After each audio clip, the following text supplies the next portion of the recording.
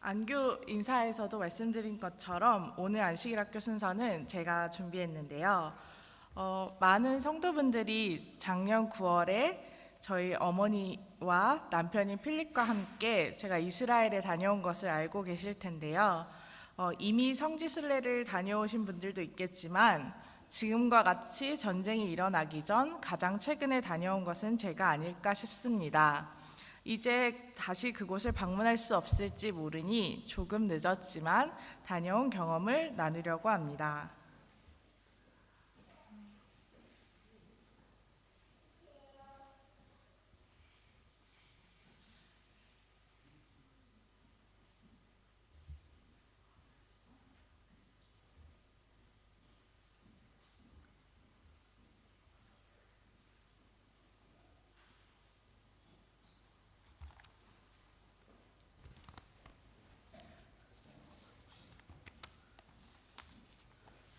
제가 준비한 순서가 시간을 재보니까 10분이 조금 넘더라고요. 그래서 혹시 조금 길다 싶으면 저에게 신호를 주시면 제가 좀 줄이겠습니다.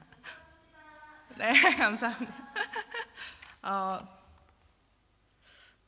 먼저 프랑크푸르트 공항에서 직항으로 약 4시간 30분 비행기를 타고 이스라엘 텔아비프 공항에 도착했습니다.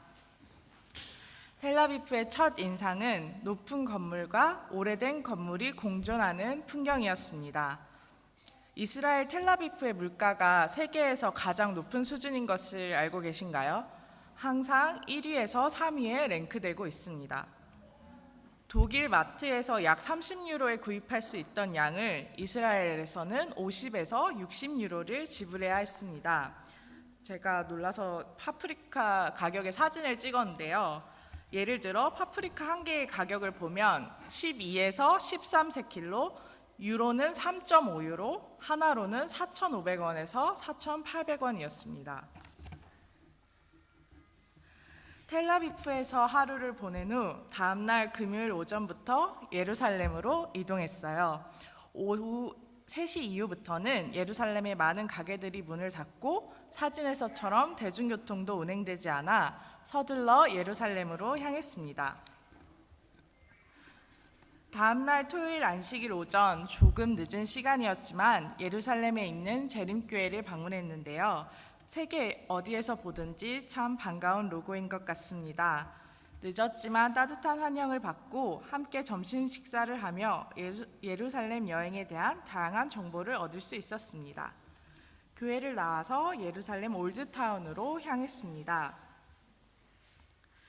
유대교에 관심이 많던 필립은 사진에서 잘 보이실지 모르겠지만 예루살렘에 도착하자마자 유대인들이 쓰는 모자인 키파를 사서 저렇게 열심히 쓰고 다녔습니다.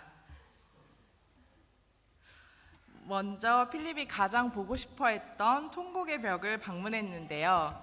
안식일 오후였기에 많은 사람들이 있지는 않았습니다. 통곡의 벽은 예루살렘 성전이 파괴된 후 남아있는 유일한 구조물로 유대인들에게는 신성한 곳으로 여겨집니다.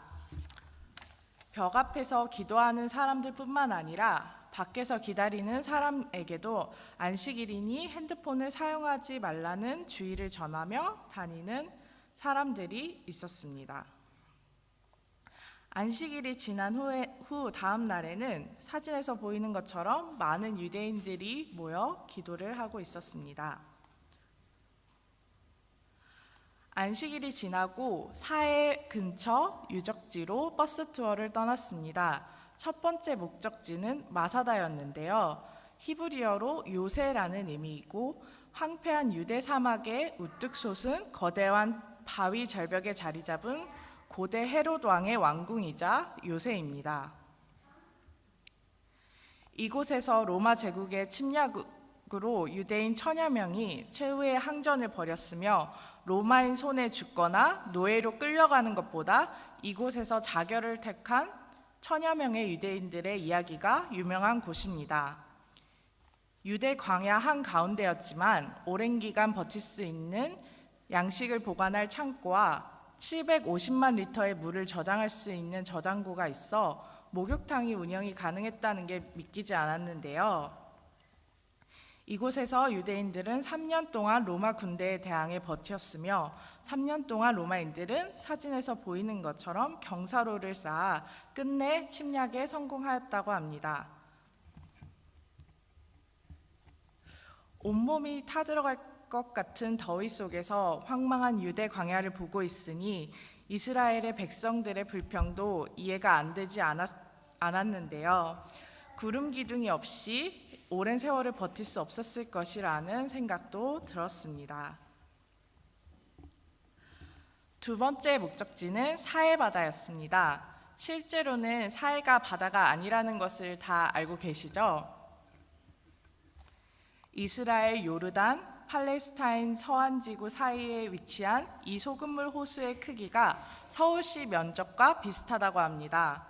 해발 고도가 마이너스 430m로 지구상에서 가장 낮은 육지인 사해는 주위에 물이 한번 들어가면 증발 외에는 나갈 수 없어서 수분이 증발되더라도 광물질은 증발하지 않고 남아서 염분이 쌓이는 현상이 반복되어 놀라운 양의 염분을 포함하게 되었다고 합니다. 사해바다의 염분은 무려 31%가 넘고 신문을 보며 편하게 떠있는 유명한 사진들이 실제로 가능할지 궁금하였기에 44도에 육박하는 더위에도 사해바다에 들어가 보았습니다. 사진에서처럼 정말 편하게 뜰 수 있었는데요. 염분을 많이 포함하고 있어서 물이 너무나 미끄러웠고 물이 눈에 조금 튀었는데 정말 많이 따가웠습니다. 예루살렘에 다시 돌아와 시작된 투어는 예수님의 발자취를 따라가 보는 일정이었는데요. 감람산에서 시작하였습니다. 저에게는 이 풍경이 이스라엘 하면 가장 먼저 떠오르는 풍경이기도 합니다. 감람산에는 예수님께서 잡히시기 전날 밤 기도하신 겟세마네 동산이 있는 곳이기도 하죠. 예수님의 성지로 추정되는 장소에는 모두 교회가 세워져 있는데요. 겟세마네에도 만국교회가 세워져 있었습니다. 교회 안에는 예수님이 기도하셨던 바위라고 추정되는 바위가 남아 있습니다. 이 중앙에 있는 하얀 바위에서 예수님이 기도하셨다고 합니다. 저는 교회 안에 있던 바위보다 정원 바위의 작은 조각상을 보며 오히려 좀 눈물이 났었는데요. 이 바위를 보며 마태복음 26장 39절의 말씀, 십자가에 돌아가실 것을 알고 있었음에도 나의 원대로 마옵시고 아버지의 원대로 하옵소서라는 구절이 떠올라 감정이 울컥했었습니다. 이 정원에는 8그루의 2000년 이상 된 올리브 나무가 보존되어 있습니다. 올리브 나무의 놀라운 생존 능력과 나무가 상하더라도 원래 뿌리에서 다시 자라나는 특성으로 뿌리는 예수님이 계셨던 시기부터 살아있었다 믿으며 울타리 안에서 관리되고 있습니다. 다음 목적지는 예수님의 십자가 고난의 길 비아 돌로로사입니다. 빌라도의 재판장부터 골고다 언덕이라고 추정하는 성묘교회까지의 길인데요. 14개의 지점이 있으며 예수님이 쓰러지신 곳, 시몬이 대신 십자가를 진 지점 등으로 이루어져 있습니다. 지금 보시는 사진은 1지점 빌라도 재판정의 뜰입니다. 필립과 제가 있는 사진은 8지점으로 예수님이 예루살렘의 딸들을 위로하는 말씀을 하셨던 곳으로 표기된 길입니다. 이 길은 사실 복음서에 근거한 역사적인 길이라기보다는 훗날 주님의 고난에 동참하고자 순례자들이 상징적으로 만들어 놓은 길로 14세기 프란체스코 수도사들에 의해서 확정된 거리입니다. 길 주변에는 사진에서처럼 상점들이 줄지어 있어 종교적으로 의미가 깊은 길로 인지하기 어려웠습니다. 고난의 길의 끝은 예수님의 무덤이 있는 골고다 언덕의 성묘교회입니다. 교회에 들어가면 바로 보이는 붉은 붉은색 대리석 하나가 있습니다.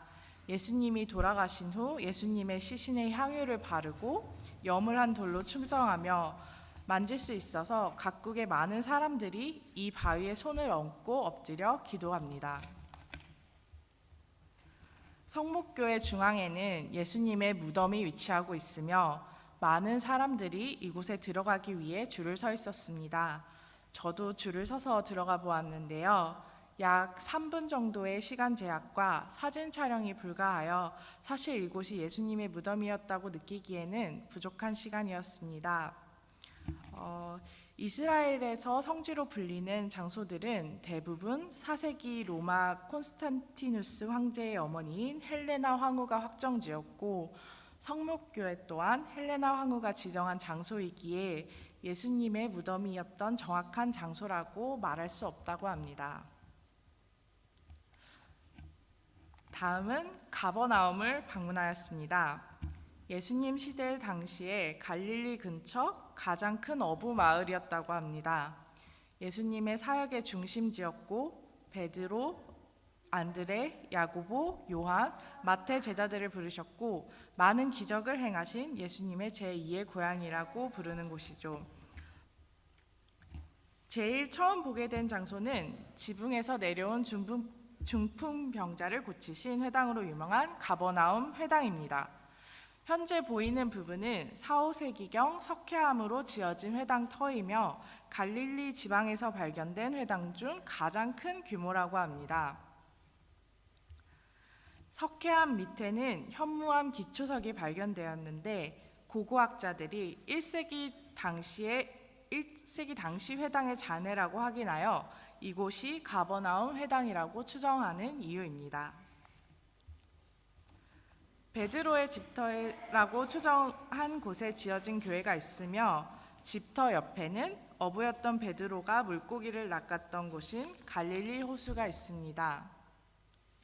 Sea of Galilee라고 부르지만 갈릴리는 호수이며 이 잔잔한 호수에 큰 태풍이 일어났다는 게 믿기 힘들 정도로 고요하고 잔잔한 호수였습니다. 마지막으로 어부인 베드로가 잡았던 물고기, 예수님도 드셨던 생선이라며 갈릴리 근처 식당에서 쉽게 접할 수 있는 생선인데요. 틸라피아라는 민물고기로 한국에서는 역돔이라고 부른다고 합니다. 민물 생선을 거의 접해본 적이 없어서 먹기 너무 어려웠는데요. 예수님과 저의 입맛은 맞지 않는구나라고 생각했습니다. 사실 이스라엘의 많은 유적지는 그곳이 성경에 나온 곳과 정확한 위치인지 확실하지 않은 곳이 많은데요. 그래도 성경에서 보던 여리고, 나사렛, 예루살렘이 적혀있는 표지판들과 감람나무, 종려나무들을 실제로 보니 성경과 더 가까워진 느낌이 들었습니다. 저의 이스라엘 여정이 여러분께도 성경에서 나오는 곳의 실제 모습을 조금이라도 상상할 수 있는 시간이 되었길 바라며 안식일 학교 순서를 마치겠습니다.